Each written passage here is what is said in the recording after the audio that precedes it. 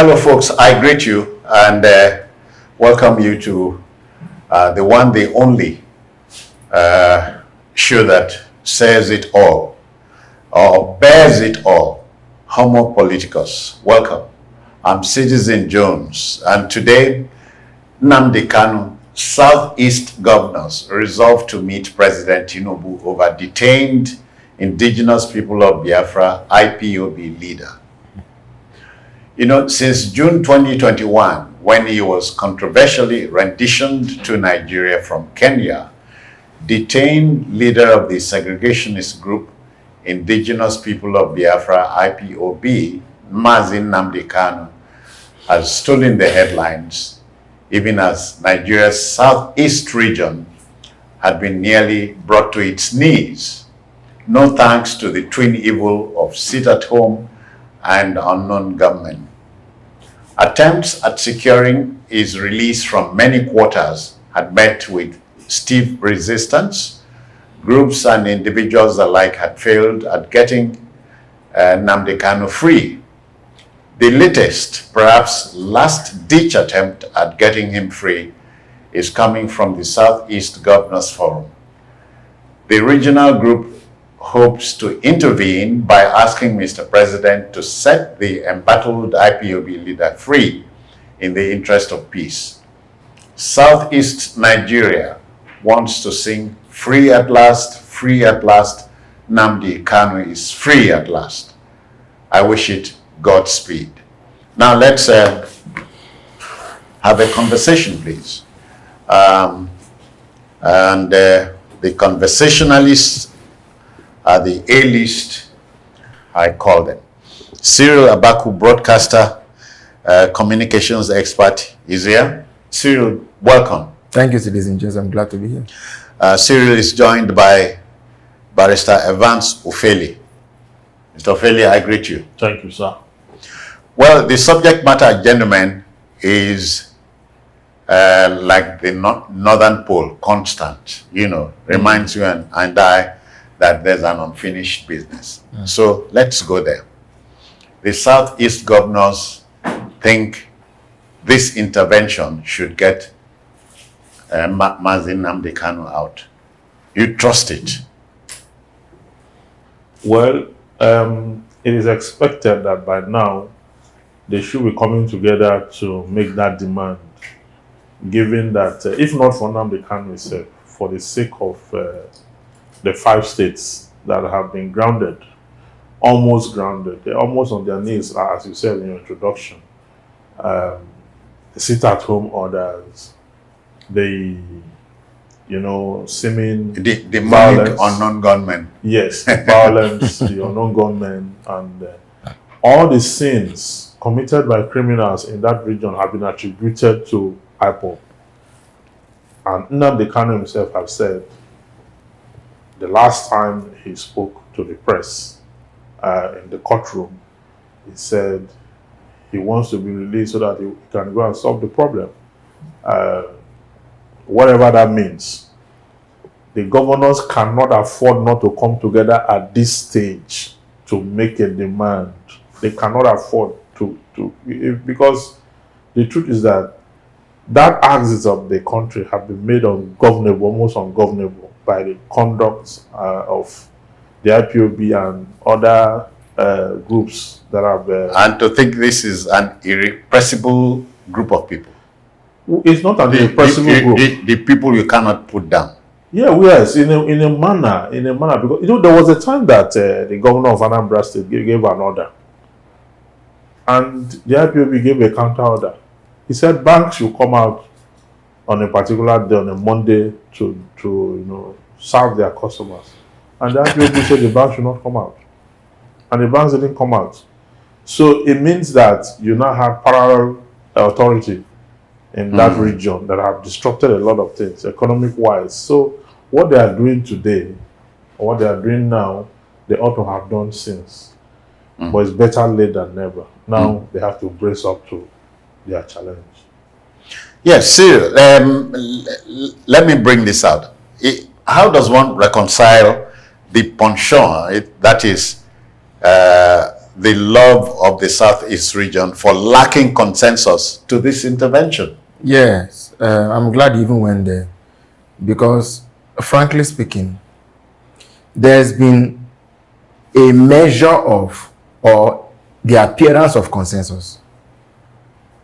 Let me begin from at least the one I remember very clearly when the late Chief Mbazulu Amechi, First Republic Minister of Aviation, led a hyper delegation of Southeast leaders of thought, including Catholic archbishops, including traditional rulers. Everybody went to Former President Buhari to say, please release this young man to us.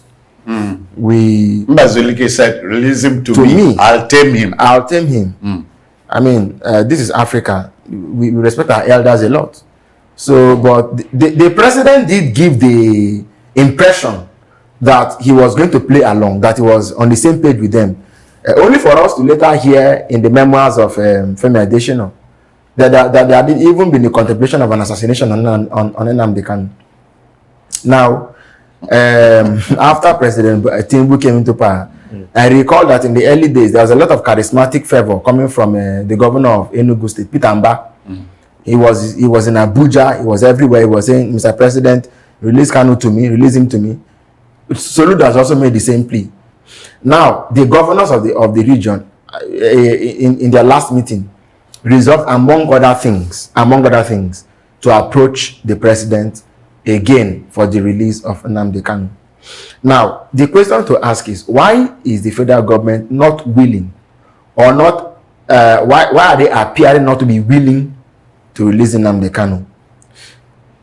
What sort of justice are they seeking? If justice it is it retributive? Is it rehabilitative? What are they really seeking within them? Because even if the courts send, let's say, sentence Nnamdi Kanu to death today, assuming that was the case, assuming that conceding, will it solve the problem the region has sunk into? Because when we carefully look at everything that has happened, I don't think that I want to put a gun to Nnamdi Kanu's head to say, Nnamdi Kanu, you are the one who has created this, so who has precipitated everything this has turned into today. There are a lot of there's a lot that how do they say it now? There's more than meets the eye. People have come up to say that they're the ones who are responsible for the unknown government in the southeast. We've seen people like that who have come out to make all kinds of wild claims. I think that when the Nnamdi Kanu problem came up, some persons thought that they could latch onto it to create this sort of climate that we're seeing across 5 states in the region now. Clearly, the matter has snowballed into what nobody can easily tame from. I mean, into a hydra. It has assumed a life of its own. Now the question is, Mr. President, if you will release Nnamdi Kanu, why? If you want to release Nnamdi Kanu, why not? Because there has to be a strategic end game to all of this.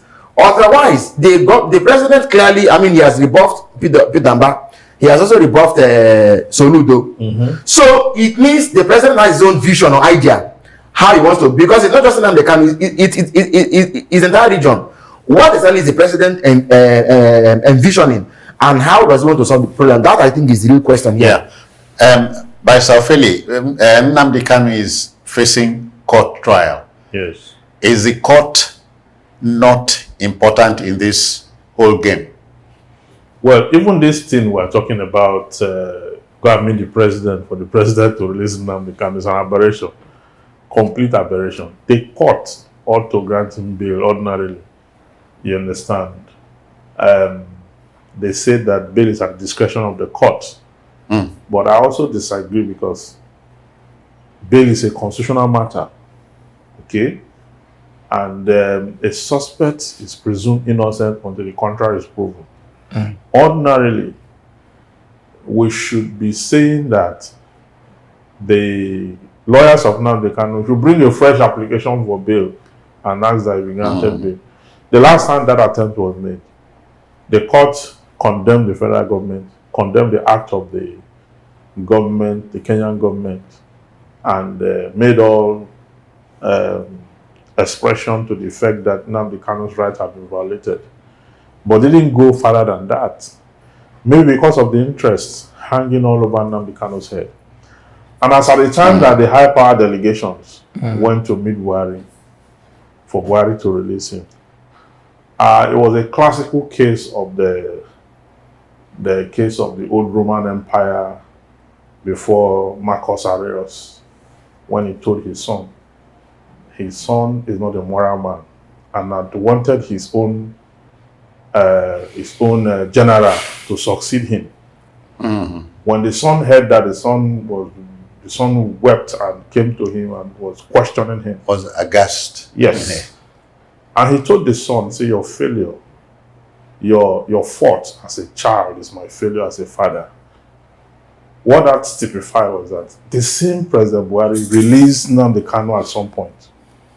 Released him at some point. Though due to no fault of his, Nnamdi Kanu also violated some of the bail terms by granting interview and holding meetings. And the federal government... And feeling the wahala. Yes, so the soldiers went to his house and burgled the place, killed people and all, and he escaped. And as a result of that, that action is being seen as him jumping bail. So, which truly, if you look at it, he didn't jump bail actually, but for the fact that that led to his disappearance. When they got back the second time to ask President Buhari to release him, he stopped them and they didn't want to release him. Now, Tinubu had also followed the same pattern. Some very respectable Nigerians have made similar application to the president, to the presidency, that in the interest of peace and the interest of the general good of the people of that region, release him. Yeah, I remember people like Professor Wole Soyinka, Yes. Peter Obi, Yes. and a few others. Now he has failed to do that. Maybe the governors will concede, or maybe the governors will succeed. Okay. But I know that this isn't going to come without a price. Okay. Politicians have a way of settling issues. If perhaps we want to have a political solution, especially where there are issues where their interests are not harmed or hurt in any way. Yes. One Tinubu's fears could be that, one, this guy may destabilize my government. Okay.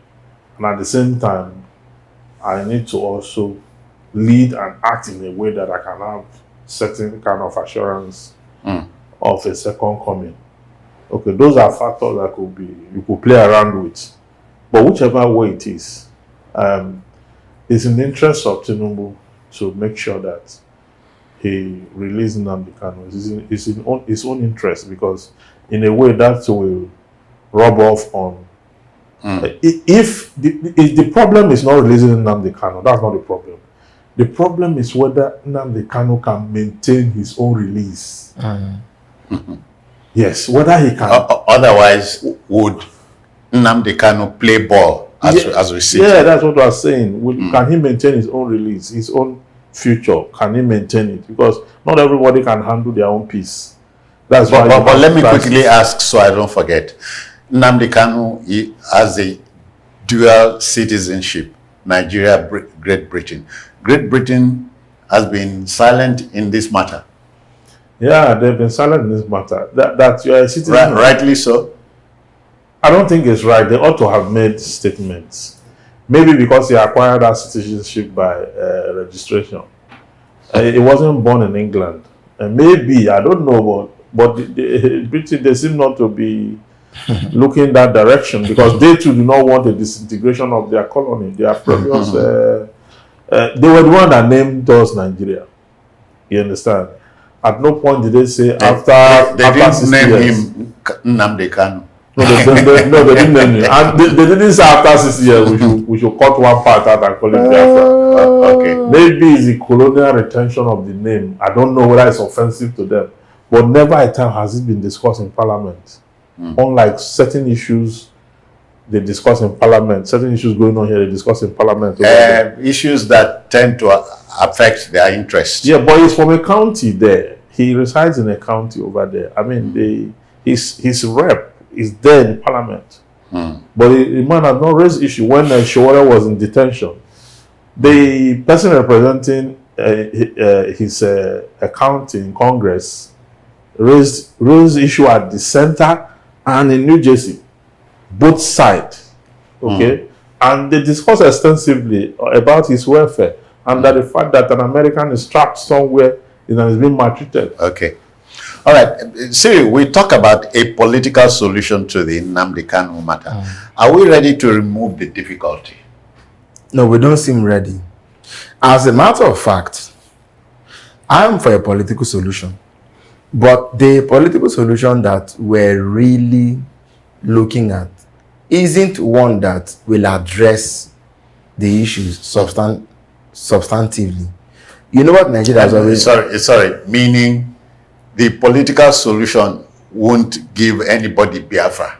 No, of course it won't. Okay. Biafra is not on the table at all. It's not on the table. You see, two wrongs can never make a right. And then try three. The governor's going for his release are Nigerians. Of course, they are. As a matter of fact, Nnamdi Kanu has wronged the Nigerian state. That remains to be proven in court. But even the Nigerian state has also wronged itself and wronged Nnamdi Kanu in trying to prove that Nnamdi Kanu is wrong. You can't, if you put all these wrongs on the table, is it because the state has power of coercion that it thinks it can force its way through certain things? Where I'm going is this. You see, in the Niger Delta, it's not as if things are necessarily any better.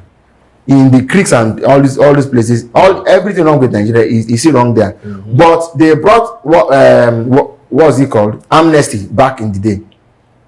It ended the expatriate hostage taking stuff, right?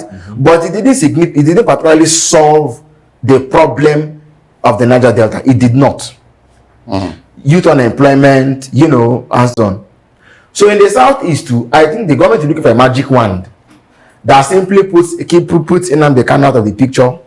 Then it makes people to just forget about the agitation and the life goes on. In my opinion, life should not go on. Nigeria has what has been so-called the national question that must be addressed. So today it's Nnamdi Kanu, later on it was Igbo. You have those people in the north. You have when Jonathan called for national confab. Some people in Adamawa said that they're going to call for and join Cameroon. Yeah, a whole king in many aspects of my country have been hurt. We are hurting on many. We are by choice, right? So if you cure one hurt, you must cure the other. No, this is beauty, right? What we need is a man, a leader, or somebody who has a pan-Nigerian vision, understands these problems. So if Kanu was not fighting for Biafra, for example, is it justice to have 6 states in all the other geopolitical zones, then have 5 in the southeast, and then why even give an extra one to the northwest? There's no justification. There's no rationale behind it. We can dismiss that balloon easily. States and local governments can only be created by the military. No, but they were created with fiat. No, I'm coming. No law says that. Fiat, now you know that when Muritala was going to expand the states from 12 to 19, the recommendation he was given wasn't what he followed. It wasn't Babangida came. Babangida tried to write it, but already the wrong had been done. Because it was when we had 12, it was 6 in the south and 6 in the north. How did you come by 19? 19 is an odd number. It's not even. Muritala began that thing, the superiority of the north over others. So, but I hope you are not begging the issue, because yes, 19 is an odd number, but we had 12 2/3 of 19. Can I ask a question?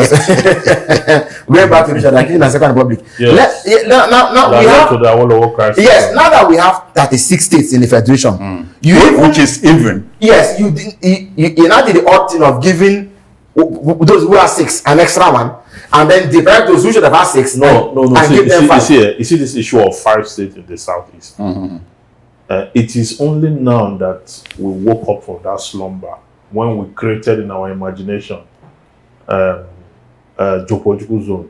This geopolitical zone is not constitutional. It's nowhere in the constitution. It is, but it's going to be accepted. Yeah, no, it's from the flood of our imagination that we have established it. sometimes you have what they call convention. Not all laws are written, but by our consciousness, we have entrenched it such that it's even stronger than what is written. Okay. Now, when you now look at it from the point of that equity, we now discover that somebody is lacking, somebody is wanting, and all that. Otherwise, it's not what is written. But that is not to say they should be deprived of that one state that should make it even. Okay. Before we now deal with the one that has 7. Okay. So they should have it ordinary because it's part of the agitation. Whether you like it or not. Yeah. But the one odd state that's missing in the southeast is not the genesis of the Wahala. No, it's not the genesis. It is not. The genesis is from the Aburo Code, what do you call it? An agreement reached. Yes. An agreement reached that was not followed, that was not understood, according to some. And the crisis. It was under the military. Yes, and the crisis that followed thereafter. So that one is a long story coming down. All right. Gentlemen, Kanu says wheeler dealers in the southeast region are those feeling instability in the region. Can we tame them? We can tame them. The problem is that a lot of times, you see, people either ride on certain social conditions, as was the case in Tsarist Russia, 1917, when Leon Trotsky and Lenin and co. staged the revolution, sacked the Winter Palace, and set up the Soviet Union in the beginning. Now, because that eventually collapsed. Yes, that collapsed. But the fact is that there were certain social conditions that gave rise to the agitation. In the southeast, to be honest with you, I grew up hearing the one thing I heard about was marginalization of the Igbo, even if I didn't fully understand what it was back then. But the point is this: there is already enough for the average Igbo man in Nigeria today to believe that Nigeria is against him. There's already enough. So even if somebody came to sell Biafra anything to the person, if you won't buy Biafra, you will buy the fact that there are not enough states in Southeast. If you don't buy that, you buy the fact that that roads are now being tarred. There's something in Southeast just to give vent to that kind of climate that we are being targeted, that all is not well here. My point is very simple and straightforward on this matter. There is already enough tinder, right, to cause a conflagration. What we can do is this, and we must sincerely mean well to bring a solution. There are about 3 proposals in the National Assembly today. Ada State, and Yoma State, rightly or wrongly so. Then you have Olu State, right? Can Nigeria begin the I'm not Igbo. Maybe you should take down Yoma State. Out of it, right? Okay, it's not the southeast. So let's just say Olo and Adada, right? Let's even say this.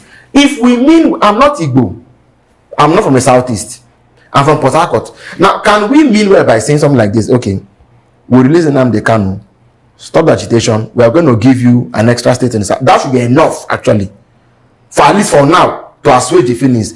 And an extra, it's about bargain. But you bargain unity, you don't impose it. But what you hear, I don't know if it represents the whole region. We want a referendum. You have heard that. The referendum question, please, let me also be, when we talk popular government, referendum is not alien to Nigeria. We had referendum in the first in the 61, 63. What was it called? It's not part of the constitution. No, it's not there today. It used to be, but it's not alien to us as a people because we've been there before. We used it to create the Midwest region, right? Now, and used it to allow Southwest Cameroon to go. Exactly in 61, right? So, and then which led the Zik to change the party from NCNC, well, it was NCNC, but it got from Cameroon to Citizens. Beautiful. This is how civilized people organize themselves. Let me say this. It may sound un-Nigerian, as Nigerian as I think I am. It may sound un-Nigerian. Barrister, people who are in partnership can choose to go their separate ways if they feel that having prospered together in the business, I feel I can go, I mean, have learned enough to now go and be on my own. And then mutual mistrust and can also be another reason, right? If Nigeria, as I speak to you today, almost all the major ethnic groups in Nigeria have designed their anthems, have written anthems, designed flags, all kinds of things. What led to the Okaku in 1990 or 91? April 21. What was the Okaku for? So if we're not willing to sit down and address these issues, it's as if to stop But Babangida. there's a bigger question on this Biafra thing. You see, what you call Biafra have not been defined. Because the proponents of Biafra said that the South is included, that the whole of Rivers, Delta, They released an offensive map. So these people then say, when did we discuss this thing with you that you're adding us to this your struggle? So you see, it's not enough to just say grant Biafra. You will grant it and create further problem, because the people they have drawn into the struggle say they are not interested and they are not aware that they were there. All right, gentlemen, time is tight, but let me drop this. Release me, Kanu'S says, I'll end insecurity in the southeast in 2 minutes. Do you believe it? I don't believe him. It's not. It shouldn't be the one that, see, and this is where I'm going. I understand from inside. It's not outside. You can imagine now. Please, may I just make a point, Barrister? You can correct me if I'm wrong. We understand that in America there is always room for anybody who wants to leave, but they rather stay together. And that was the point I was making earlier about the fact that people can say we feel we should leave, or we think we should stay. People should be willing and happy to stay, because staying pays us better. The point about the cartography, right? The purported map that they drew and said, I won't join Biafra. The South, the minority is South, the Delta. When that was when they released that, when they released that, and Bayelsa, the Southerners came up with the old Midwestern regions map, and they were pushing that we are not Biafra. We are Midwestern Nigeria. And they had a map, they started their own anthem and all that. So you see that this struggle, but it's not just about Biafra. This cacophony you expect. It is not defined, and as long as this is not defined, and the issue of is going to solve the problem in 2 minutes. He was incarcerated 3 years ago now, right? Going to 4 years now. Now, from the time he was incarcerated up until now, he has lost bearing with the dynamics of what that society is. Yes. Now, there are people who are as vigorous and angry as he is that have formed subgroups. Yes. Yeah. Which are meant to either kill, kidnap, no government and all that. Okay. Politicians fueling it also. So you cannot be so confident about your position. 2 minutes. Okay, you said 2 minutes. Well, on a final note, gentlemen, Finland-based Simon Ekpa is an opinion leader in the Biafra saga. If you release Nnamdi Kanu, can you wish Simon Ekpa away? This is where I've been going all the while on this table. That what we need to do is to address the problems. That is the answer to the fact that you cannot solve the problem in 2 minutes. He cannot. So what we do? Exactly. So there's another monster. Somewhere. Another that will do counter order. My problem is that we allow this matter to snowball into what it has become today. It was not necessary. We're feeding it. The Nigerian state is culpable. It has assumed a life of its own. Even the way they went to bring Nnamdi from Kenya was not proper and right. And the Nigerian court ruled that the government didn't behave responsibly. Until today, what does then happen? The government that will not own up to its own problems, but wants to fix everything on one man's head. Let me say this, sir. When that cartography of our leaders in the South, right? When they saw what was about to happen with the whole Biafra thing in 67, thereabout, in 67, it was they who traveled from Port Harcourt to Lagos to meet Gowon at Dodan Barracks and told him, Oga, what we're going to do to cut Ojukwu swings is to cut Nigeria into states. This region thing, crash it. Gowon told them, okay, if you want me to do this, go and meet your friends in the north. That is JS and Co. If they agree, bring it back. It was exactly, they went to, they went to Kaduna, met Taka. Awolowo was recommending the core,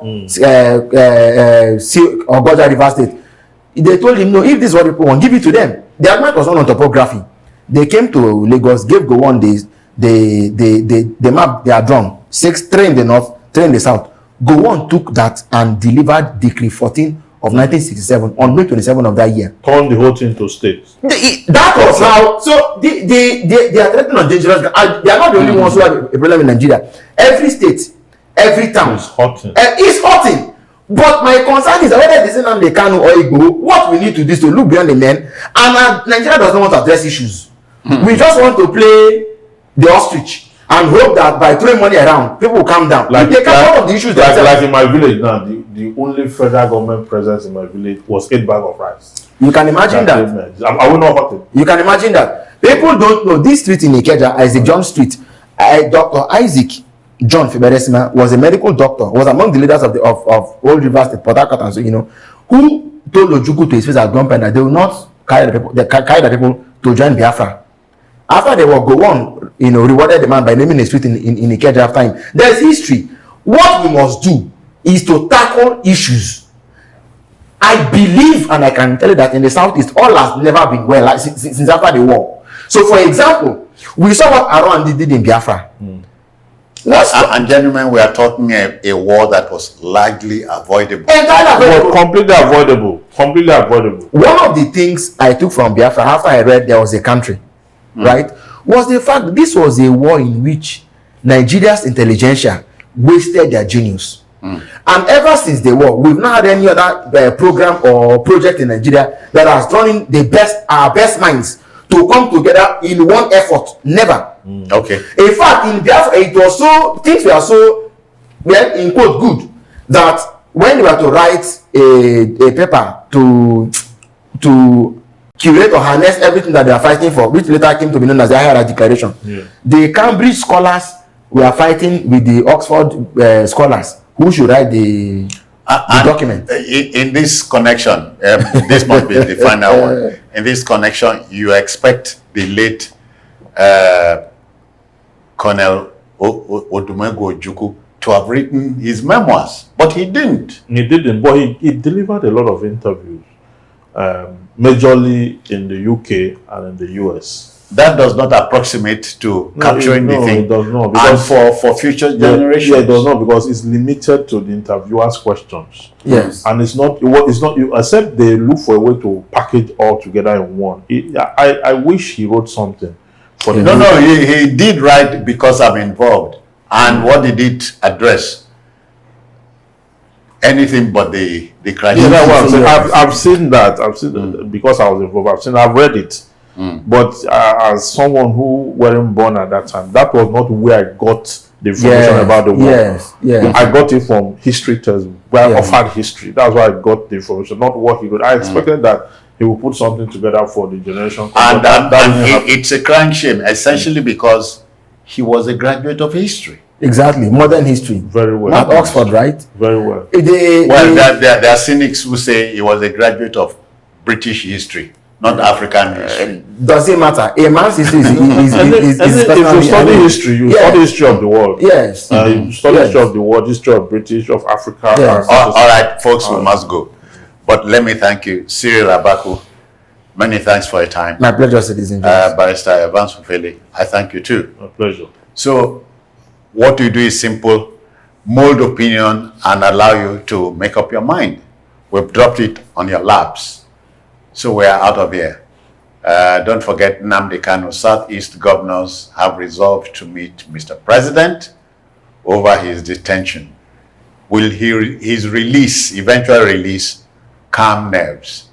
I don't know. We keep watching and watching. Until the next time, bye-bye now. Take care.